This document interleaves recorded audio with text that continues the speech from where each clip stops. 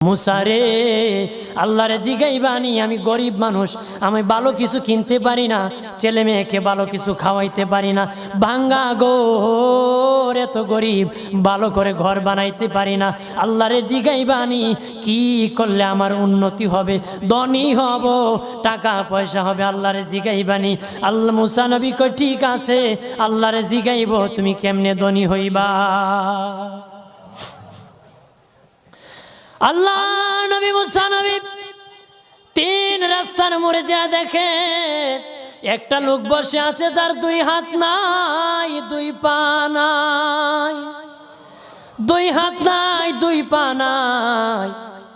ওই লোক ডাক দিয়া কয়, মুসা রে, জীবনে কোনোদিন নিজে হাঁটতে পারি নাই, নিজ হাতে খেতে পারি নাই, কেউ খাওয়াইলে খাই, নতুবা উপবাস থাকি, বৃষ্টি আসলে বীজ